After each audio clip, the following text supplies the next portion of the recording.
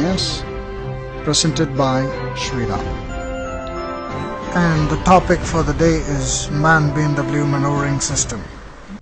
In this video, we will see the maneuvering system activities on a two-stroke cross-seat reversible main diesel engine of MAN BMW SMC type. The various components of a maneuvering system are indicated in blocks so that it will be easy to understand. In the control room we have telegraph with which we can give ahead and astern movement for the main engine, and there are a set of remote control valves which convey the signal from the control room telegraph to the individual valves on the main engine. We have safety devices, that is the interlocks.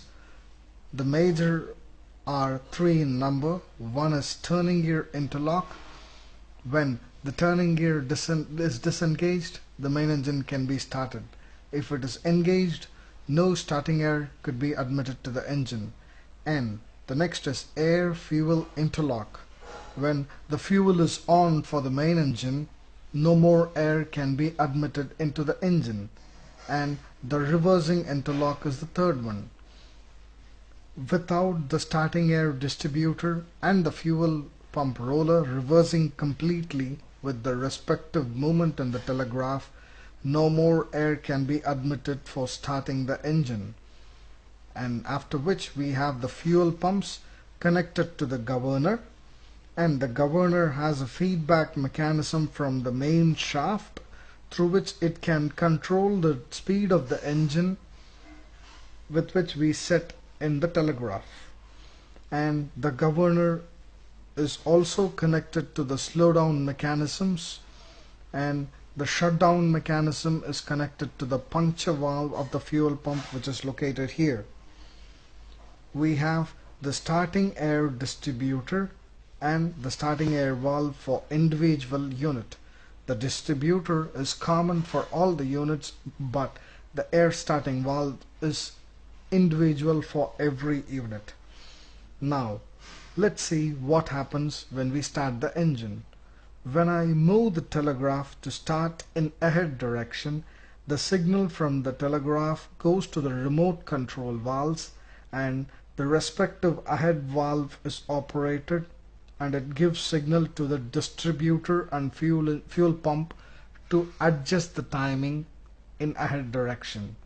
Thus, the air starting distributor adjusts its position to ahead direction, and the fuel pump roller shifts to the ahead direction.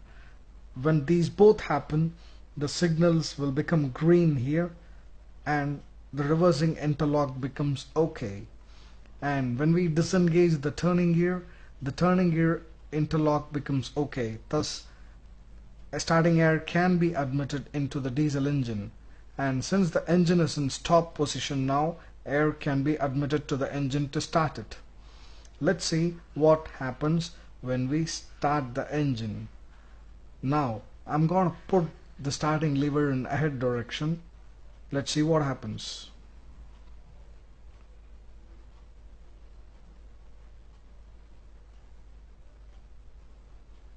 As I said earlier, when I issued a command start in ahead direction, the signal from the telegraph goes to the remote control valve, and the signal for the distributor and fuel pump is given for ahead direction. Thus, the starting air distributor and the fuel pump locates themselves for ahead direction, and both the timing becomes green, and then the signal goes to reversing interlock and it becomes OK.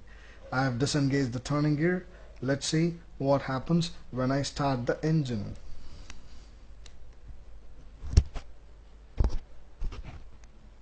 Now the signal comes through the interlocks, distributor engages, and air is admitted into the cylinder unit.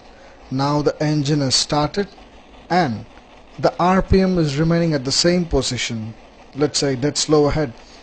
Now I'm going to send the telegraph to let's say dead slow, slow, half and full ahead.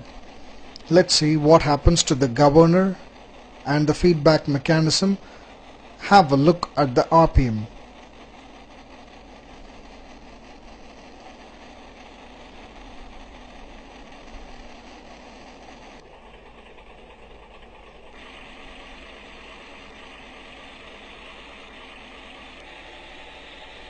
That's it.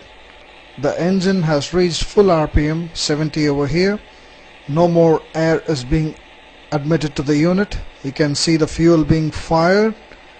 The air fuel interlock is out, which means you cannot give an air kick to the engine now, and the telegraph is full ahead. The governor has taken control of the speed.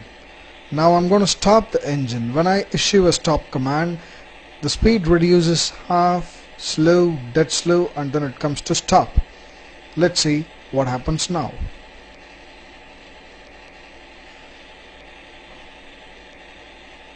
The RPM starts to fall.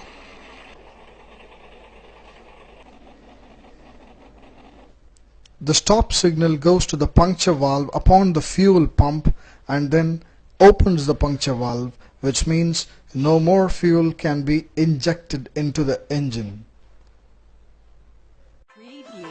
Thank you for watching the videos. For more videos, log on to dieselship.com.